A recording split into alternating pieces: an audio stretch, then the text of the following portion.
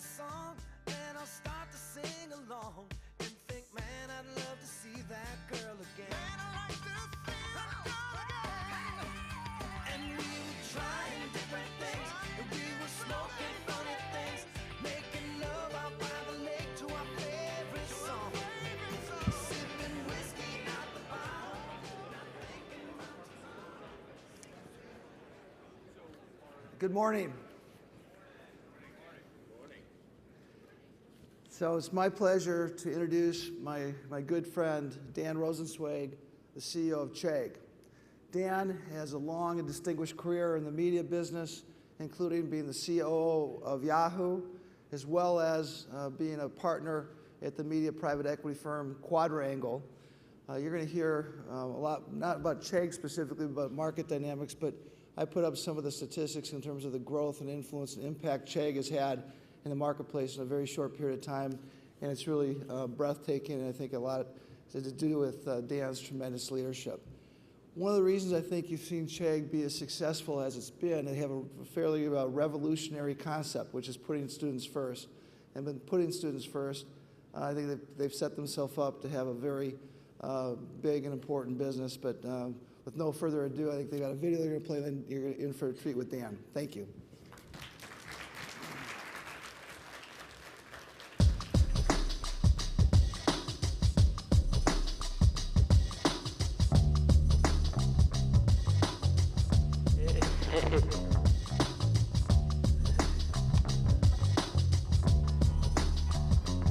We're definitely, this year I've seen a lot more technology. We're using things like Google Art to look closer at paintings and things like that. They usually put the assignments online. That's about it. I guess PowerPoints.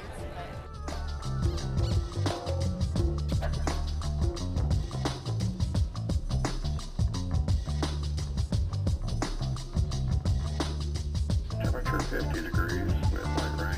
The type of technology I use primarily in education is a lot of my laptop as well as like personal and mobile devices. I've used digital textbooks before. I actually used it for my math class.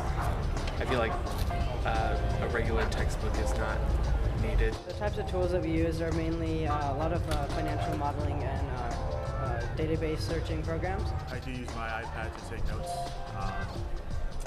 I don't like printing out all this paper and just having it in my backpack just clutters.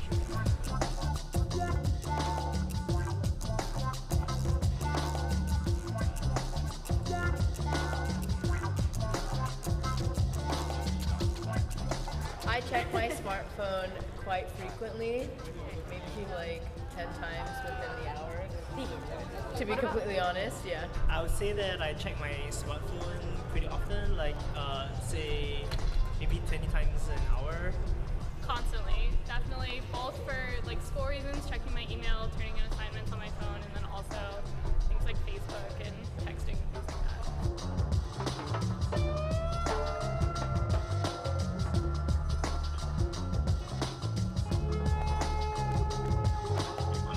We are being driven by mobile technology, and I think that that's where the future is.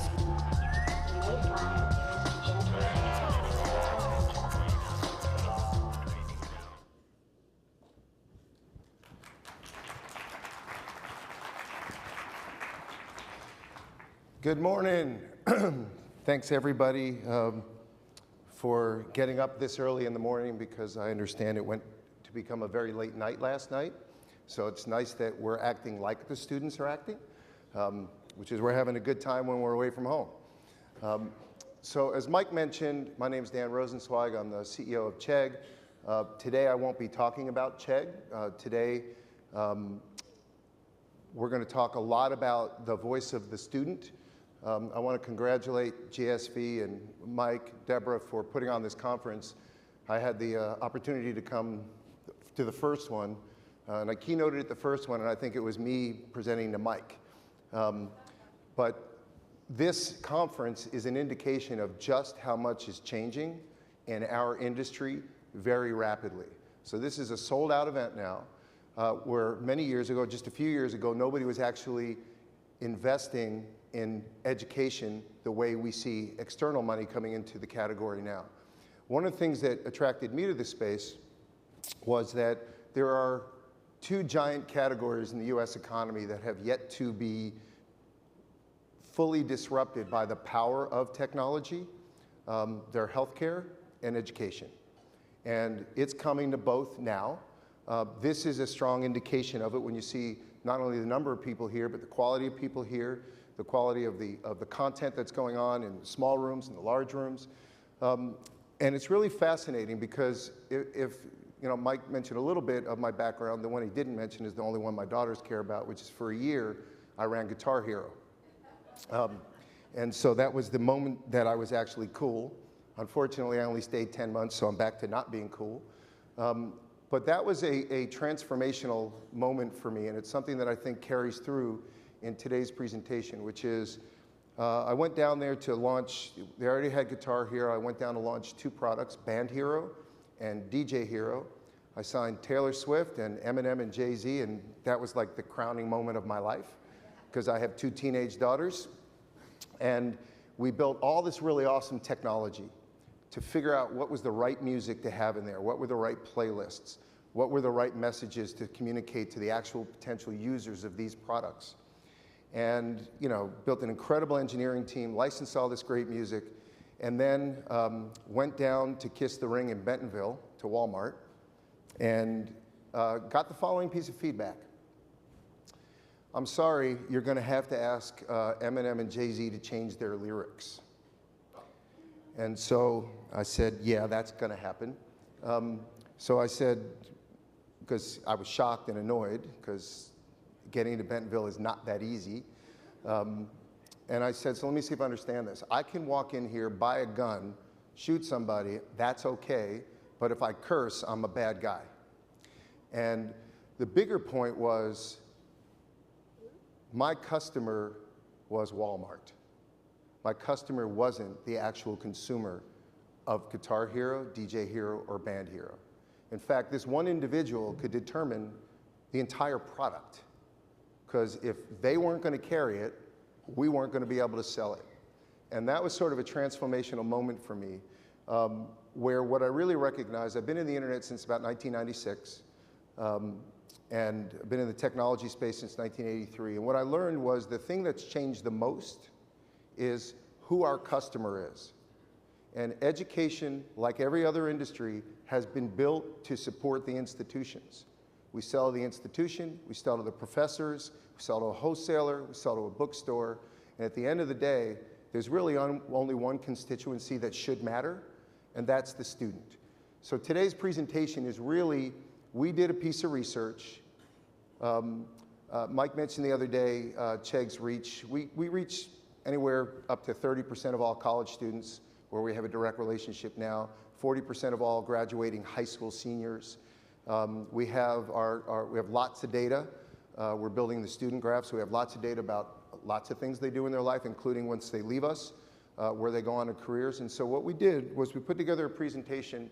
We researched them. We asked them questions to grade the institutions that they went to. And so that's what today's presentation about. And if you're interested, we'll try to take some questions at the end. All right. So our concept, as Mike mentioned, is pretty straightforward. We're putting the student first. That means that every decision we make, if it's good for the student, we're going to try to do it. If it's not good for the student, we're not going to do it. So we work not deliberately only with the students, but primarily only with the students because they're the ones whose lives are being affected by the decisions that they make and other people make on their behalf. And it's really helped us become a great partner to them. And so this was interesting. Their basic concept is you grade me, so I should be able to grade you. So this is what happened. Who did we survey? So we surveyed students from 4-year public and private, 2-year vocational and for-profit institutions. And we had nearly 5,000 students who were surveyed who graduated anytime between 09 and 12, which means they're recent graduates. It's a projectable sample. It can be sliced and diced by any one of those categories. And what I would tell you is we also broke it down by schools that are ranked in the top 100, public and private. The numbers, although slightly better for those institutions, are not substantially better. So the report card that they're going to deliver is an indication of the general consensus of these students. So it's very recent because we just did it. We put it out in the field in November. So this is information that we have yet to publish, so we wanted to share it here today. Okay, what did we ask? Was technology at your college up to par? We didn't ask, do they do this, do they do this, do they do this? We just wanted to know, were you satisfied with your institution's investment in technology? This one is fascinating. Would you go back to the same college knowing what you know now? Would you choose the same major knowing what you know now? Did you get the job that you wanted when you graduated? And overall, was college worth the investment? Now these are, as a parent, and I have a 20 and a 17-year-old, so I've just gone through this process of getting them into college, and now in the process of internships and all the rest of that. But the bottom line is, these are pretty straightforward questions. Were you happy where you went? Would you change it? Were you happy with what you took? And did it result in what you hoped it would result in? And overall, was it worth the money?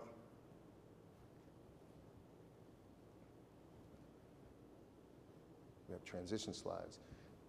I don't think this will surprise anybody, but the answer is a no, and it's a resounding no, and I'm going to show you some of the statistics. And by the way, students are our customers. That's who everything we create, whether it's content, any form of curriculum, any product, any service, all of it should be designed for the student to get a better result than they're getting today. And that has not been the focus in their opinion.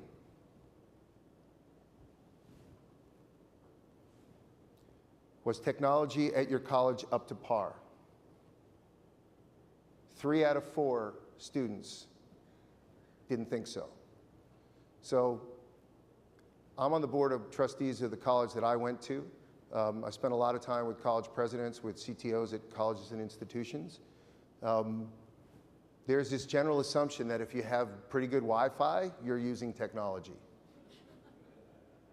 And I think we would agree in our own lives that ain't enough. Students clearly don't think so. This is the one that sort of frightened me as the parent of a sophomore who's choosing her major now. Would you choose the same major or college? Over half the students at the 4-year schools said no. They would choose either a different school or a different major. The ultimate grade for us is, did the student feel like they made the right decision attending our institution? That doesn't mean they didn't love their experience, meet great friends, love the school for lots of other reasons, but at the end of the day, they've said they made bad choices, and we should think we're responsible for some of that. Were you ready for the workforce? Because I understand that we want to learn for learning's sake, but this is a capitalist country. People want jobs, they need jobs, and so the primary question that we need to start asking in a world of significant unemployment is, are they getting the skills, in their opinion, to get the jobs that they wanted? This one was slightly better, but over 30% of the students felt that they were unprepared for the workforce. This one is more compelling to me. How many of you got the job in your major? You take a major for a reason. 40% said no. So here we drive kids into majors to become category experts, and 40% of them don't do something professionally that has anything to do with the major that they just took. Does your job require a 4-year degree? And this was the scariest one for all of us. 42% said no. It means they got jobs that they're in now that don't require the degree that they got. So whose best interest are we serving? Try to move through. Was college worth the investment? So we know these statistics, 66% up in room and board, 56% unemployment rate for 21 to 24-year-olds. Average debt, 70% up. Tuition and unemployment, student debt have skyrocketed. We've got $1 trillion in student debt. Half of them are in jobs they don't want or have nothing to do with their major, or they think that they didn't need the degree to get it.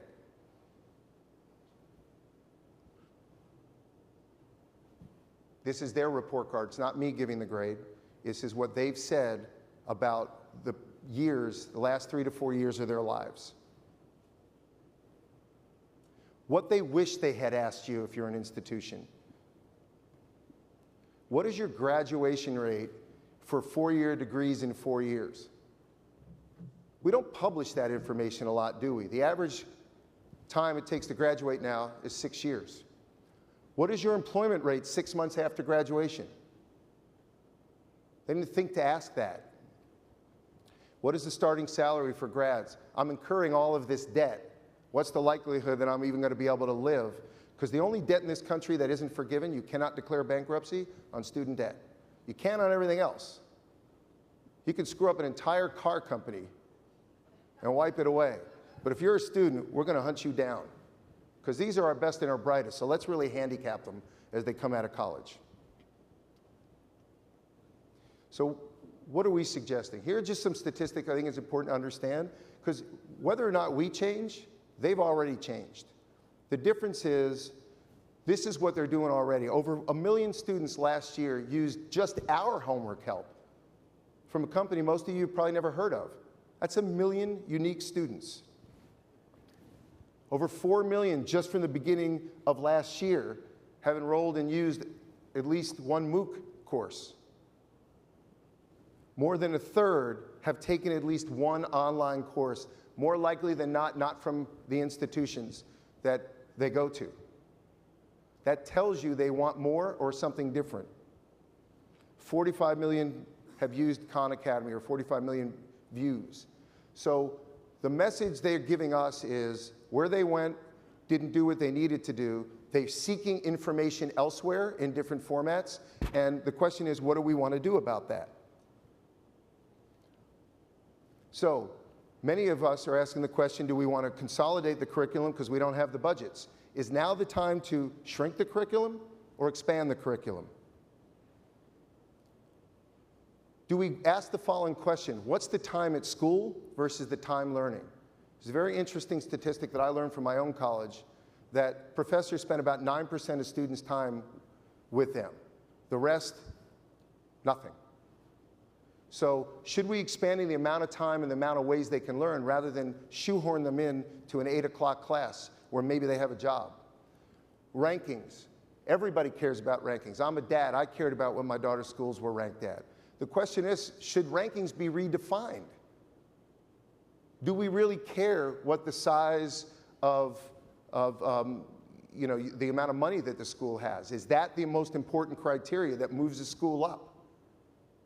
Competition to get into the school. Let's have students spend a lot of time working really hard, stressing themselves out, paying, just so you can have more people apply to the school, so that it looks like you have a harder competitive rate to get in. Shouldn't we be focusing on matching students to the right environments? Why don't we do that today? Cost. Shouldn't college be getting cheaper and more accessible, not more expensive, since clearly we're not giving students the results that they were hoping for? And if we were putting the student first, how would we define success for the education industry for the next 10 years? Not if we were trying to save our own careers, our own jobs, our own institutions, but if we were doing what they would want us to do for them. Since they're the customer, would it look different than the way we look at it today? So what can we be doing?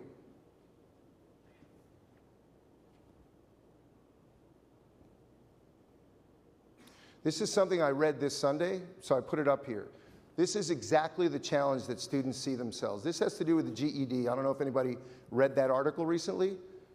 shocking to me. The comment is, I personally went into it a little bit naively. I don't know why I expected a marching band, but I did because I'm convinced that we're doing the right things. They're moving the test online and they're raising the price. Moving the test online should lower the price and make it more accessible. Instead, they're raising the price. It may not sound like a lot to you, but students can't afford it as is. They don't even have a degree yet. This is for returning veterans and kids who have to work instead of go to schools necessarily. So this person thought they were doing it a favor by putting it online, and I could charge you more for it. This is what others are saying, which is the world has changed now. There's only been one exam. The new reality is that there is choice, and there needs to be choice. We can't let the price deny anyone the opportunity for success, and sadly, this is about the difference between $80 and $140. But that is a big difference in the lives of most Americans. All right, so what we think we can do using technology is we can go beyond our four walls. Let's stop being afraid that if we put more technology online, that students won't come to our schools. We can expand the number of students we can serve. We can expand the amount of curriculum.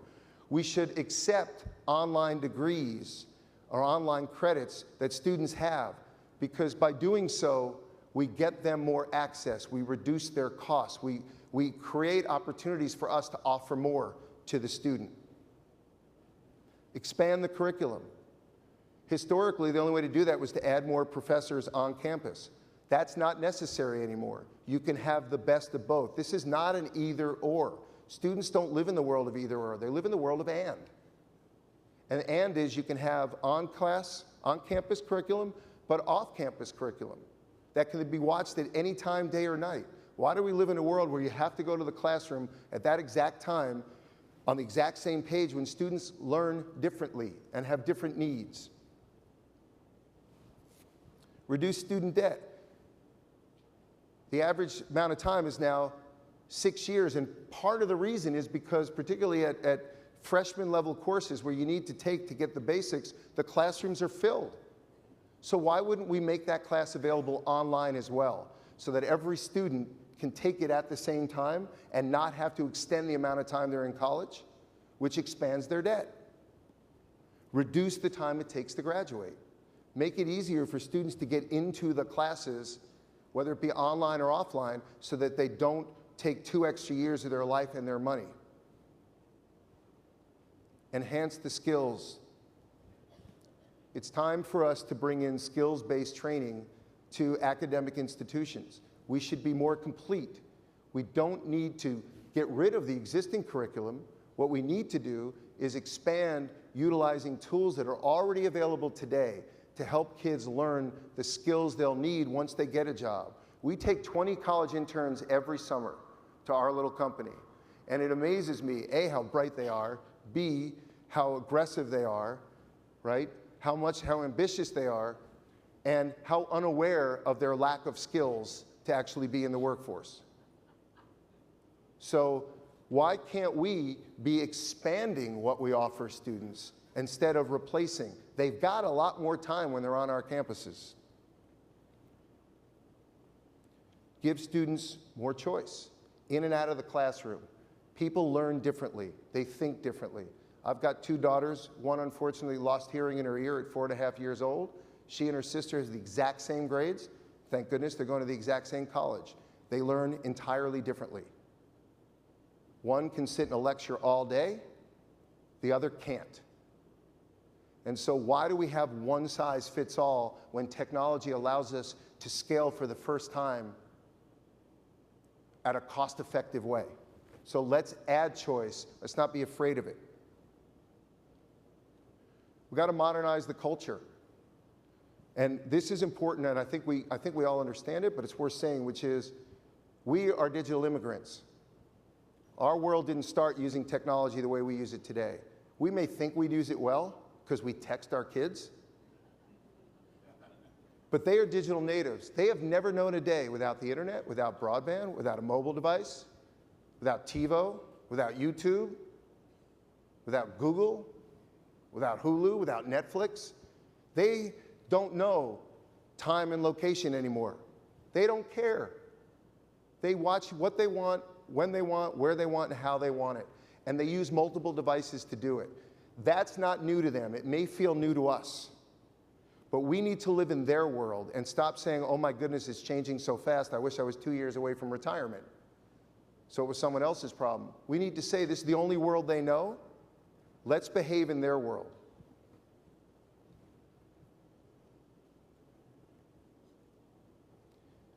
So all we're really saying is, whenever you make decisions, whatever you use, whatever products, whatever services, whatever decisions, wherever you spend your time, your energy, your budgets, put the student first.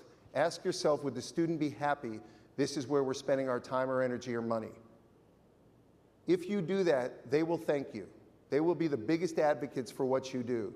And Chegg is just a single example of that. There are lots of really cool companies that I've met with at this conference and otherwise. Every time someone focuses on answering the need of their customer, the customer rewards you. If you're uncertain, see Google, see Amazon, see Apple.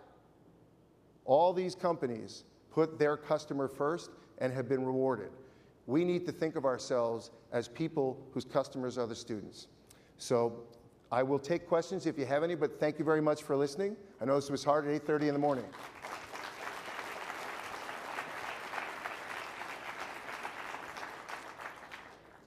Are there questions?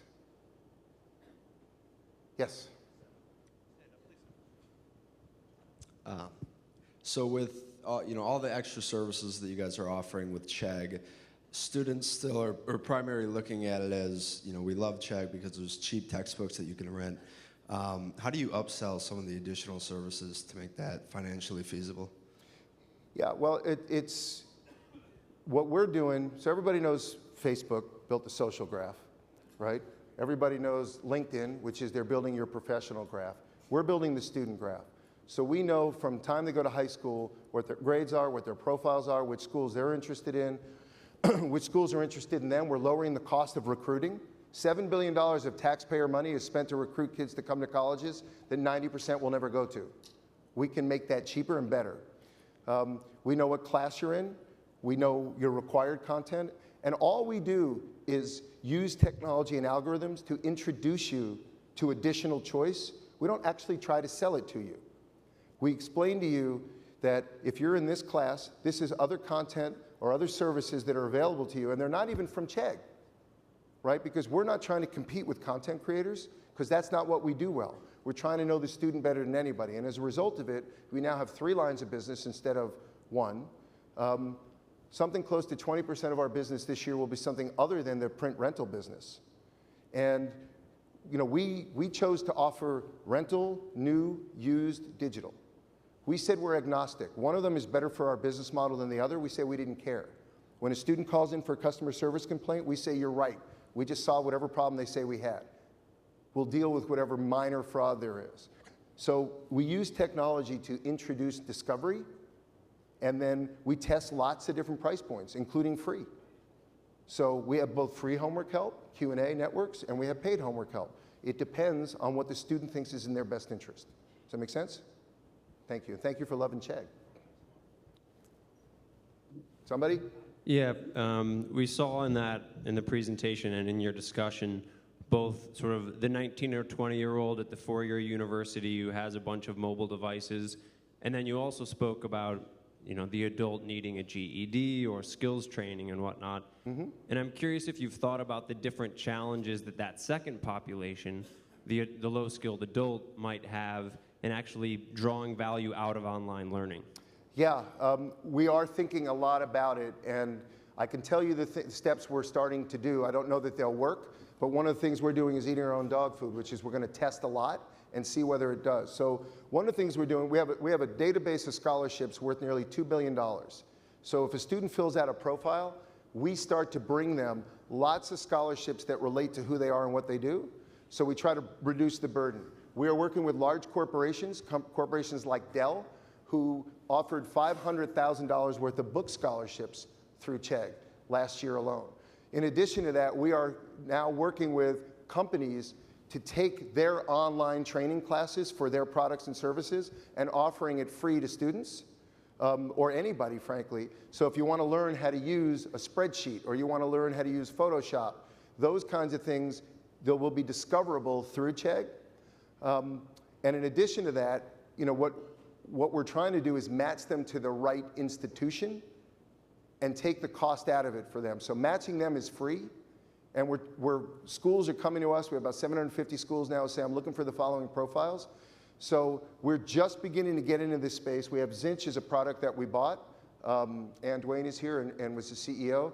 That had 1 million new high school students sign up last year alone to fill out a profile. Once they tell us about themselves, we can begin to bring them products and services that help them specifically, not general, but this is what is available for you. So it's the beginning of it, but we'll see if it works. Thank you. Yeah. You may have actually answered partially my question, but we've been told all throughout this conference that in fact our challenge in the space of education is the fact that it's not a direct-to-consumer, that we have to focus on enterprise. Could you elaborate further, how do you get the enterprise to really adopt student first? Yeah, that is a very difficult question. I don't claim to be Apple at all, but the lesson that I learned was when Apple came out with the first iPhone, every BlackBerry user, which I was one, said the same thing. IT will never accept the iPhone in the workplace. There's no security. There's no this. We're going to block all this stuff out. Apple said, want to bet? I'm just going to get every single person on the planet to use it, and then IT is going to be forced to. So what's going to happen in institutions? What is happening in institutions? And by the way, there's a tremendous amount of forward-thinking institutions. The difficulty is, the way they're structured. They have boards of trustees. They have tenure. They have lots of institutional barriers. And my college just brought out its president, its chairman of the board, its head of IT, brought out a whole bunch of people to come visit Silicon Valley, where my daughters go to school, brought their entire board out to meet with lots of the companies that are in this room. The way it's going to happen is the way it always happens, which is their business model is now at risk, and there are going to be winners and losers, and the winners are going to be the ones that focus on the students first, and those schools who don't adjust quickly will go away or will struggle mightily, because there is no more money coming from the government, there's no more money coming from taxpayers, there's no more money coming, so you need either to turn around and serve your audience, or your institution will be at risk. They know that. All we're saying is try things and don't be afraid of trying things. And if you do, you will work through, like the rest of us. There is no silver bullet, right? There is no, everybody needs to do this. Every institution is different. But those that are focusing on the needs of when's the last time anybody surveyed the student, right? So you're seeing institutions now raise funds from alumni to build entrepreneurial funds at their school. Don't quit school to start your own company. Start it here, and we'll invest in you. They're clearing out vacant buildings in downtown and putting technology in them. There's lots of different ways, but students communicate more rapidly than anybody else in the world, and these numbers are going to drive students to or not to apply to different schools. Because whether it's Facebook or Twitter or email or text, or smoke signals. Students know this information long before we do. So the way is to encourage, it's not so much the institution, it's the professors themselves who have taught one way for a long time and done it magnificently. And how do we give them the reason, the backing, the reward for taking risks and trying new things? That's the best that we can suggest at this moment. But I'm seeing it happen, and the results are pretty incredible. All right, so I think that's it. Thank you very much for listening.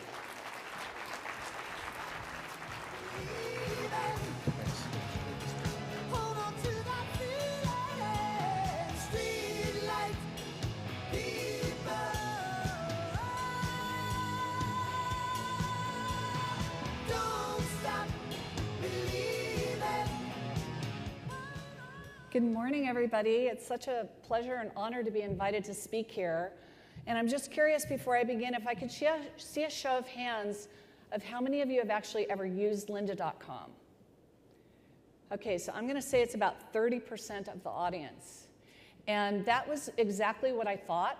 And so I'm especially happy to be here in front of you to tell you a little bit about, I was invited to come speak and talk a little bit about our company, a little bit about my background, and my thoughts about online education. And why I have credibility in this subject matter is that I've been running an online education company for 18 years that no one heard of until about, or the business community didn't hear about, until January this year when we announced that we took $103 million funding from Accel and Spectrum as a minority stake in our company. Our company was bootstrapped for 18 years. My husband, who's here, who's my partner, and I literally started it in a garage with $20,000 of our savings, and we have had many metamorphoses, many iterations, many twists and turns. In fact, when I was thinking about an image for my story, I grew up in LA, so I thought, you know, a really complex freeway system. It was not a straight path. It was a lot of twists and turns and different decisions.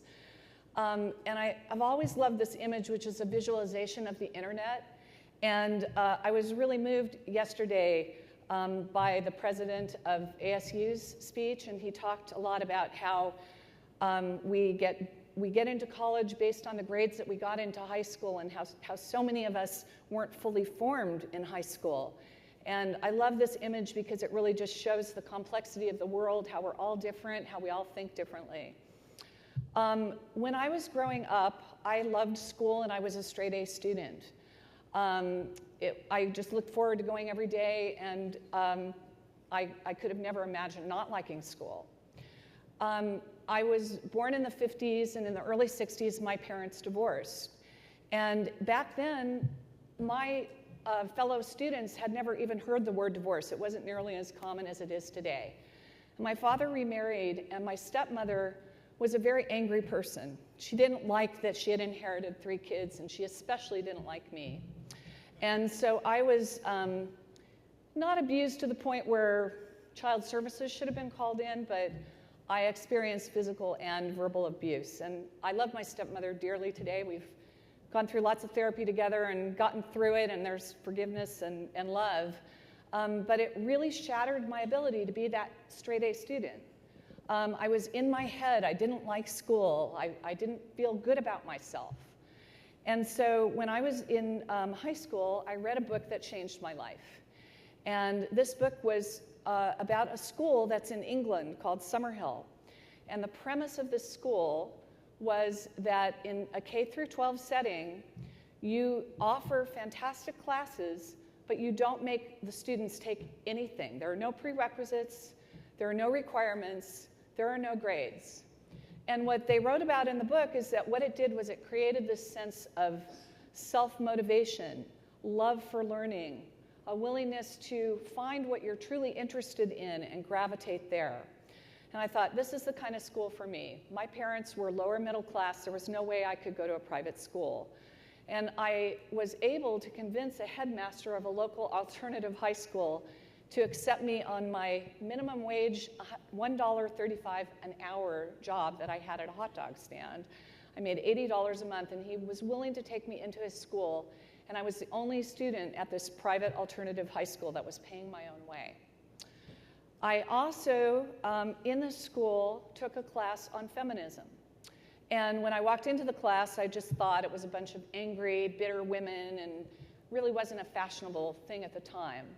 But having read the books in the class and thinking about equal rights, it gave me the encouragement to believe, unlike my mother's generation and her mother's generation, that I could actually find a career, find a passion, and pursue that, and that could be my goal. And it really sort of became, there were a lot of things during that time, the 60s and the 70s, a lot of change, a lot of questioning of authority.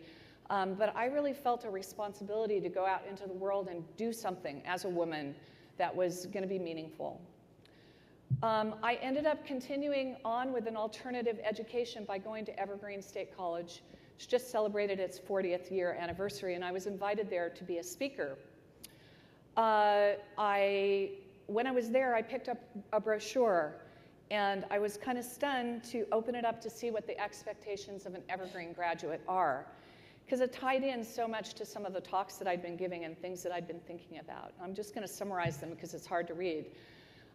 Responsibility for your own work, that self-initiative, to learn how to work with others, learn how to present yourself, be able to have good judgment and good critical thinking. Not only know the quantitative, but be qualitative and understand the importance of creative inquiry. And not only that, but be able to make judgments about it and present back. I'm always kind of in an unusual position because I am an educator, I own an online learning company, and I'm an employer. And so I interview people all the time, and I work with people all the time who are millennials and coming out of college. And one of my chief frustrations is they'll show me a chart, but they won't tell me their opinion about the chart. So we need to be able to have this critical thinking. And to me, these are the skills as we're in this world that was discussed in yesterday's keynote, where the jobs of today weren't even invented 10 years ago, and the jobs of the future, who knows what they are. These are actually the kinds of skills that we need to foster, and I feel that I greatly benefited from by not going through traditional education system. So when I got out of college, I didn't know what I was going to do. I studied humanities, and I didn't really major in something that I thought was going to result in a career. But I had friends who worked in the film industry, and I knew nothing about it, but I had the courage to believe that even though I knew nothing about it, that I could learn it and teach it to myself. And I ended up working on these movies and many other movies, and working ultimately as an animation director. And while I was in the workforce, the personal computer really came into the forefront. This is my first Mac. Before that, I had an Apple II Plus. When I got the Apple II Plus, it had this horrible manual that was written by engineers. It was incomprehensible.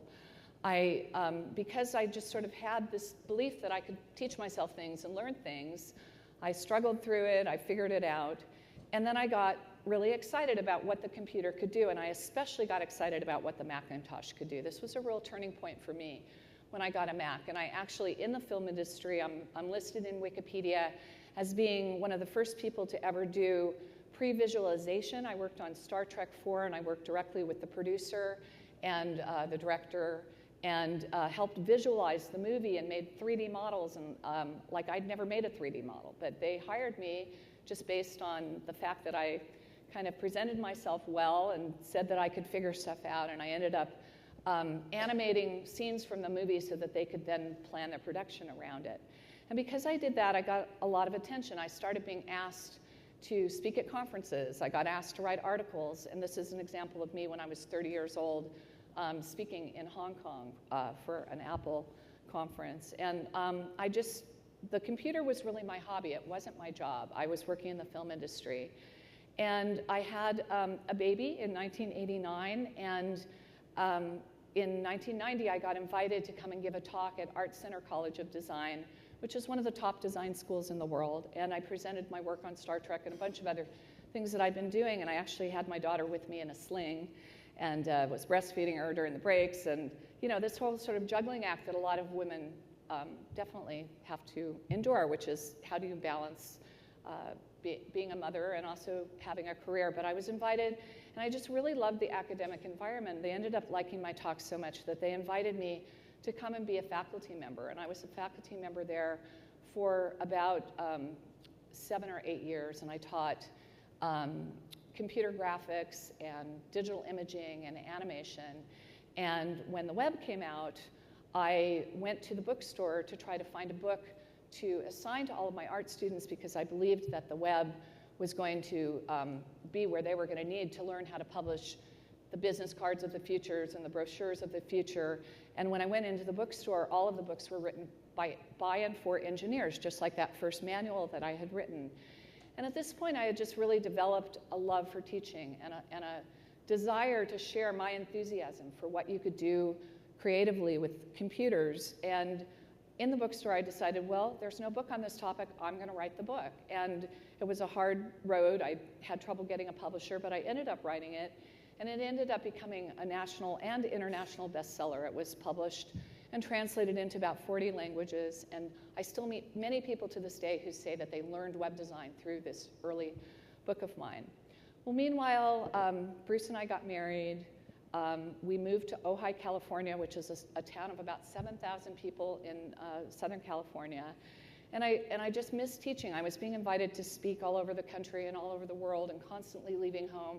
And Bruce said, you know, if we could make a school here, you could still teach and you wouldn't have to travel all the time. So we opened a school. It was the first school in the world that taught web design, and it was during the dot-com bubble, which no one knew at the time that was a bubble. But we had, in our first year, we were able to hire 9 people. We did $1.7 million in revenue.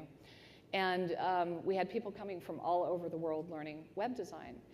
At the same time, I was still writing books, and my book publisher didn't want me to write about certain topics. So in a desire to still teach the topics that I wanted to share, we came up with this idea, let's do VHS tapes and self-publish them. And so that was the beginning of my foray into video teaching and video learning.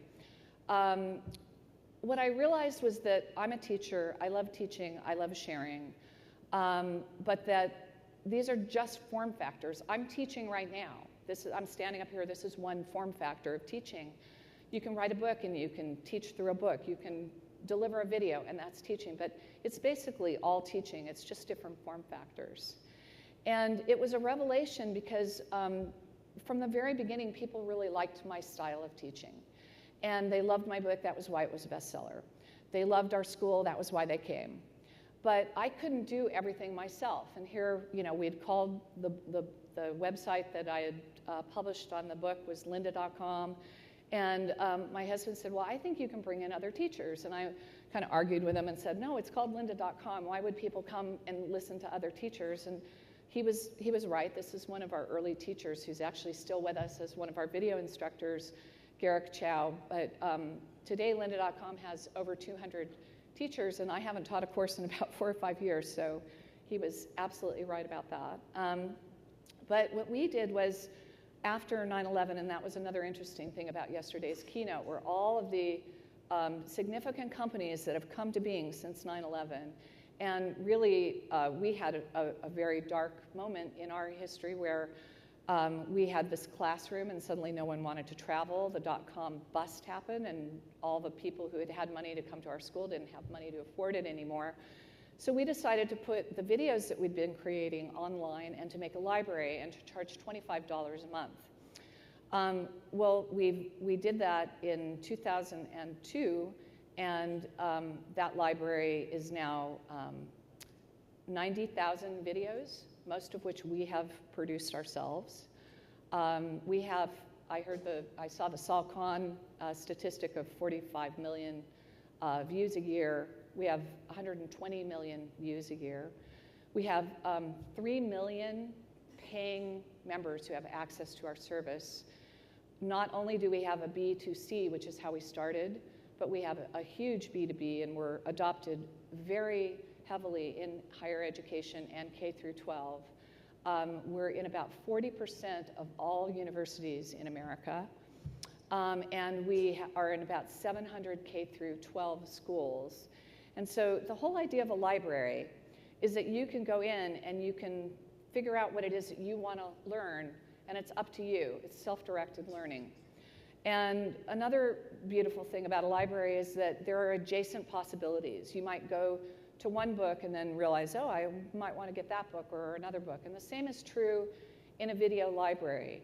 You might come in thinking that what you wanted to learn was Excel or PowerPoint or Final Cut Pro, and then realize, oh, I need to learn how to blog, or I want to know how to negotiate my next contract. And what we've discovered, the number one request that we've gotten from our membership is, when are you going to come out with something that we haven't yet come out with? There's an insatiable demand for education, and clearly there are lots and lots of resources out in the world, and we're one of them.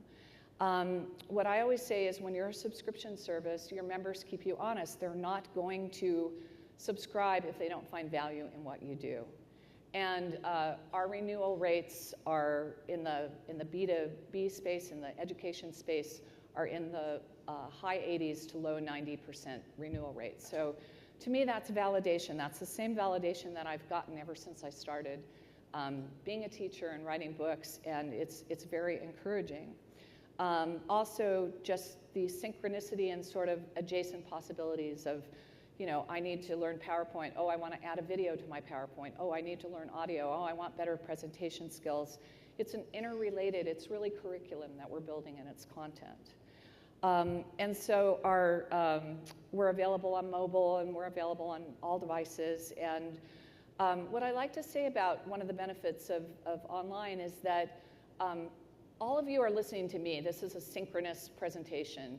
If you already know what I'm talking about, you might tune out. If you wish you don't remember what I said 5 minutes ago, you can't rewind. The beautiful thing about an online library like ours is we can have tens of thousands of people online at exactly the same time with tens of thousands different learning objectives and different learning paths. And that's something that just is not possible in the physical world. Lynda.com is in 130 countries, and like I said, we have 3 million members, and I was trying to visualize what that would look like, double the number of the first inauguration. And at Lynda.com, we'd like to say, instead of content is king, that content is queen.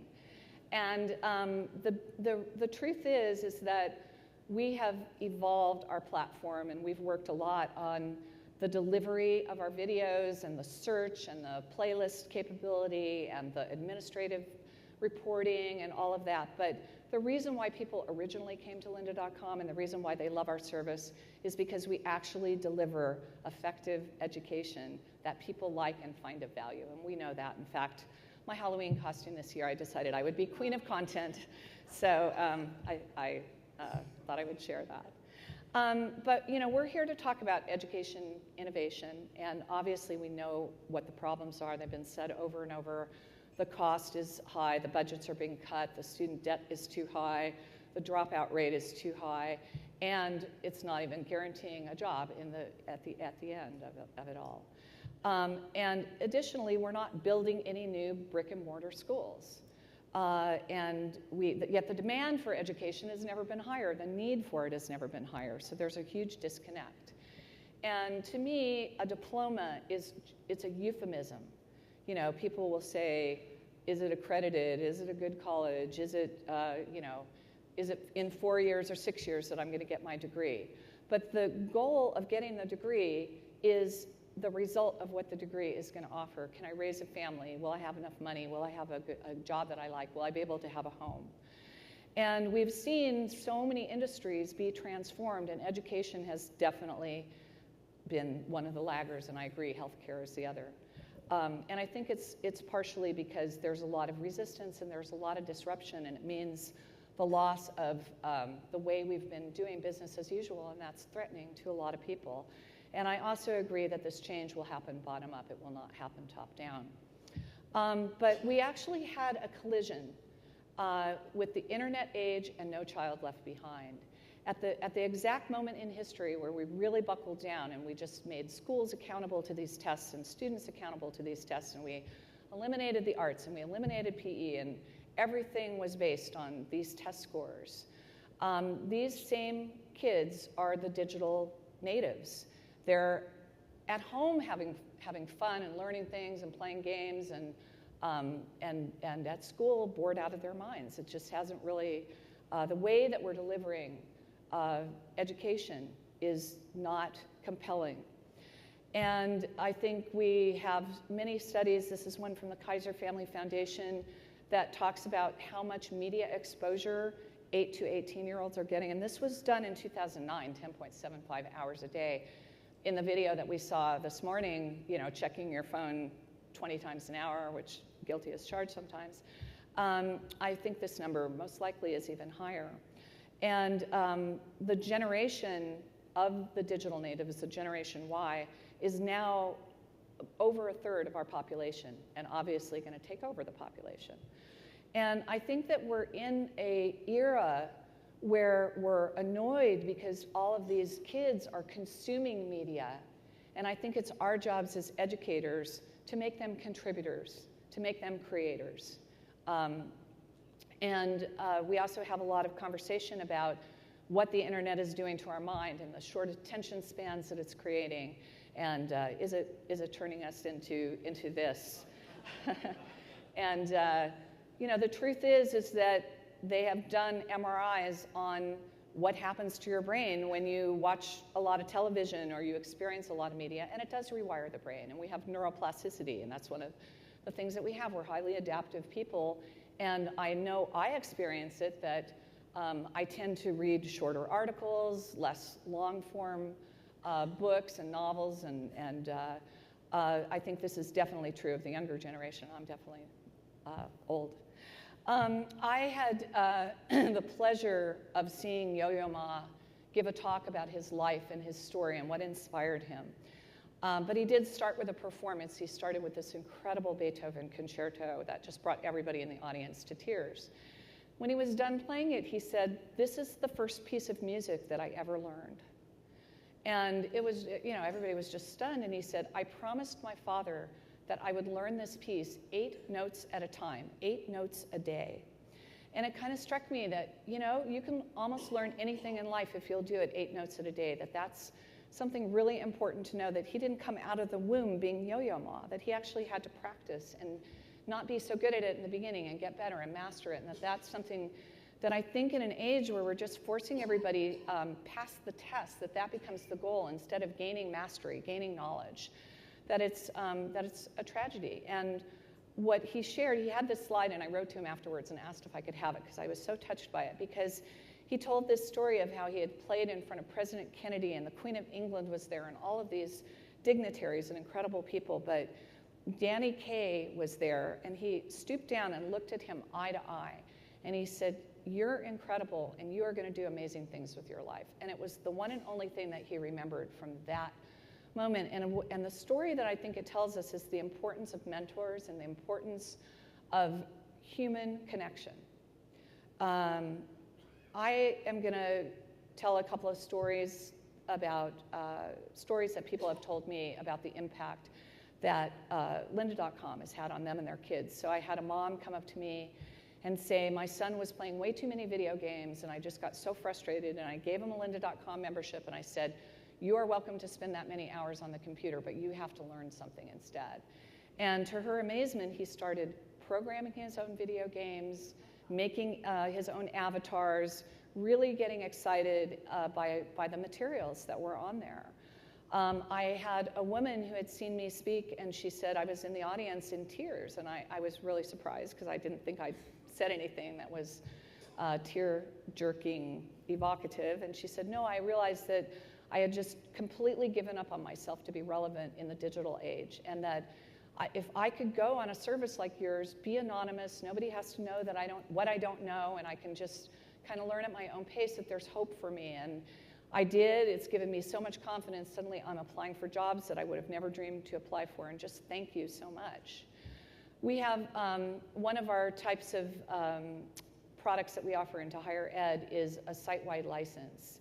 And we had a school in England where every student, faculty, and staff member had a license, and heard a story of a janitor who studied web design on Lynda.com and ended up changing within the college and working on the web team instead of being a janitor. And I recently went to a local film festival, and I met this filmmaker who had won Sundance for Best Documentary. And when he was introduced to me, this Lynda from Lynda.com, he just got so excited. He said, "I learned to edit my documentary on Lynda.com." And we just hear story after story like this. My husband Bruce and I, for the first time in our 16-year marriage, were able to go away for a 3-week vacation, and we actually went to see the Olympics. And it was, to me, like this multicultural group hug. It was just this incredible feeling of just being one with all of humanity. And it hit me while I was there that keeping current with changing technology and learning the types of skills that we're teaching is not an American problem, it's a human problem. And that we had to put the stake in the ground and take globalization and internationalization a lot more seriously. And to be honest, that was why we took this funding. One of the reasons is we are planning to expand and localize our video content into other languages. One of the first things that we've done is we made an acquisition of a company called Video to Brain, which was billing itself as the Lynda.com of Europe. And they have made about the same amount of videos as we have, but in German, French, and Spanish, and they're starting to build out Japanese. So for us, it was, do we build it or buy it? And we decided to buy it and build it. And what was amazing is they're a very similar culture to us. They have, their founder was also, like me, a computer author and a computer training, and it's been a really wonderful experience so far. In February, I got this LinkedIn message from someone that I didn't know, and he told me he was a college student and that he'd been on Lynda.com for 4 years, and that he had been able to create his own freelance web design business to pay for college, and he felt that he couldn't have done that without our service. But then he asked me another leading question, which I think is relevant to this audience, which is, with the rise of edX, Udacity, Coursera, and other scholarly platforms, would Lynda.com consider becoming the top art and design school of the future? And I wrote back to him and I said, I really believe that by being a complement to education, that we are an add-on that any college or K through 12 or company or individual can add on to what they're doing in terms of formal education, that I prefer sort of being that complement and not being a competitor, and that this just isn't really a space that we're very interested in. We're really, we feel very validated and empowered to continue to do what we're doing and just do more of it. We've heard this in the last presentation, that it's not an either or. It's going to be finding what is best in in-person education and what is best in online education, and working to the sweet spot of all of those different disciplines. So what you get in person, you get that Danny Kaye leaning down to the young Yo-Yo Ma. You get human connection. There's no technical solution to that. The ability to work and play in teams, to get critiques, to hear different perspectives, to work with different people with different learning styles from different backgrounds, to have experiential learning. These are things that are very difficult to emulate. There are substitutes online if you have no alternative, but this is still, to me, something really, really important. So with online, you have the ability to have the kind of library that we've produced, all of the different resources that are out there on the internet. The anonymity, I cannot tell you how important I think that is. I think a lot of people feel ashamed and they feel fearful to learn new things, and that, you know, it's a lot easier sometimes to do that in the privacy between you and a computer rather than exposing yourself in front of peers or our schools. And so I think that there is no one solution. I think what I said, that we really need to partner with education, partner with educators, and figure out what is best to do in classroom, outside of classroom. And I also think that we're always searching for formulas, and this whole idea of standardized formulas and standardized education, it's failed.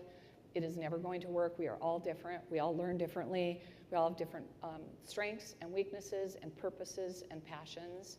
And I think that technology is going to allow us to encourage that and speak to that in a way that face-to-face cannot. And so that is the end. I don't know. Thank you. Thank you so much.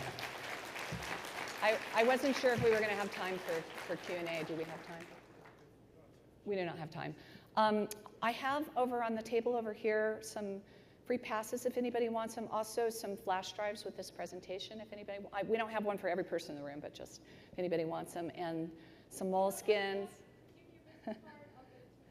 Thank you so much.